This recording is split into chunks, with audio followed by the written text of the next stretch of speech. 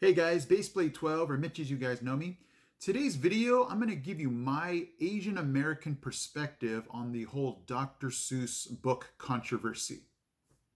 So for those of you that don't know what I'm talking about, Dr. Seuss Enterprises has announced that they are going to stop the publication of 6 of the Dr. Seuss books. Here are the titles. And what I'm going to go ahead and do today is just let you know my Asian American perspective on the banning or the stopping of the publication of these 6 books. Okay, so let's go ahead and dive right into it. For those of you that might be asking, well, what do you mean by racist or insensitive imagery? I'm going to go ahead and share 2 pictures that I was able to find out of these books and let you figure out for yourself what to think about it. Okay, this first picture is from the book And to Think That I Saw It on Mulberry Street. So in this picture, a Chinese man is depicted with chopsticks and a conical hat. In this next picture, this is from the book If I Ran the Zoo. There is a picture of 3 Asian men depicted, and the text reads, "With helpers who all wear their eyes at a slant." Okay, so now that you've seen those examples, let me go ahead and go into some points that I have written down on my feelings and thoughts about these issues. Okay, so my feeling number 1 is what happened to my and everybody's freedom to be able to choose what they watch and what they read. I just believe in the freedom to, if there's a TV show that I don't like or I find that it might be offensive, I just turn it off or I turn the channel. And I have that freedom to do that. And with a book, the same thing. If there's a book that's offensive, then I should have the freedom just to not read it. And I understand that it's a children's book. So it's one of those things where, yeah, you're allowing or not allowing something into your house, but you should have the freedom to be able to do that. I just believe that we have the freedom to be able to allow or disallow what we want into our homes, into our TV sets, into our eyes.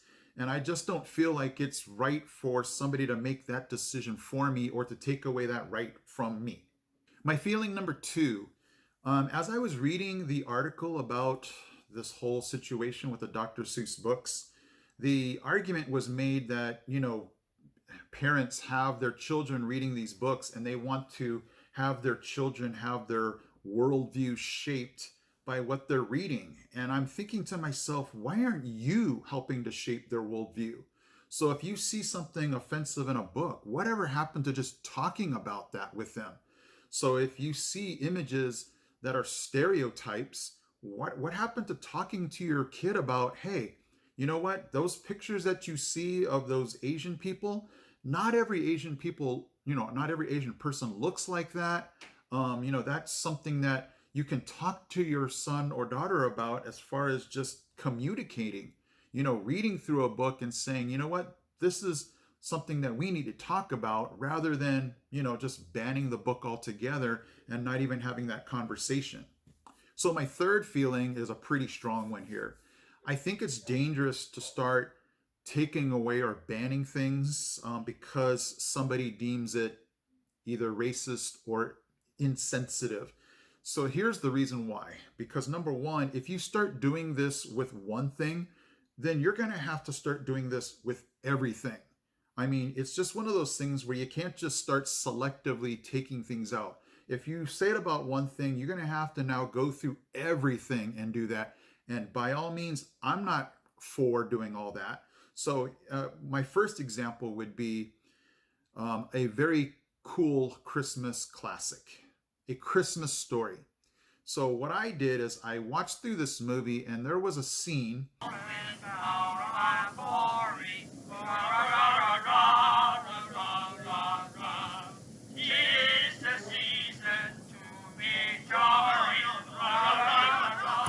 where the family is at a Chinese restaurant.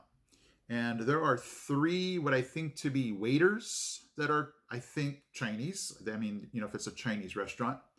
And so what the scene is depicting is they're singing Deck the Halls. And what in the scene is they're depicting it where they can't, and this is the stereotype where Asian people can't say L's. They pronounce L's like R's.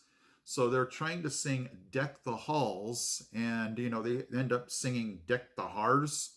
And so it's, one of those things where it almost, can compare with what we're seeing in the Dr. Seuss books, where, you can deem that, racist or, insensitive, what you're looking at.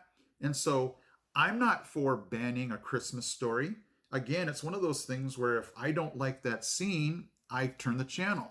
And it's also another situation, again, where you can explain that to somebody. I mean, if it's your kids, you can explain what's going on there. You can say, hey, that's a stereotype. Not every Asian person, is like that, where they can't pronounce their L's and they end up pronouncing it like R's. So it's just one of those things where I don't think we should be banning A Christmas Story because of something we don't like in it. Another example is when I went to Disneyland and I go into a Small World ride, and it's all about different cultures. But what I noticed is when we passed the Japan part, there were these figures, characters, where their eyes were slanted.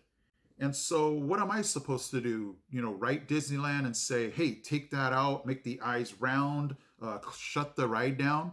It's one of those things, again, where if I don't like it, I don't go on the ride, I don't go to Disneyland. But it's one of those things where I don't have an issue with it.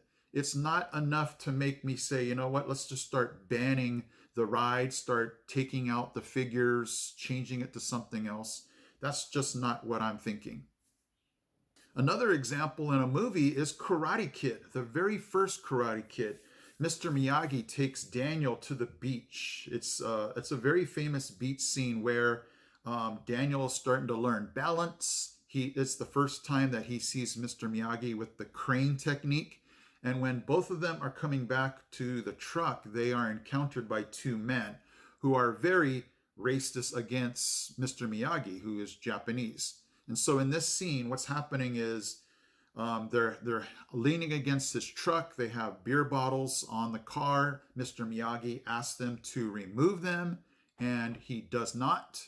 And in this scene, what you're definitely seeing is some derogatory words, because he says, hey, here's this kid and his pet Nip.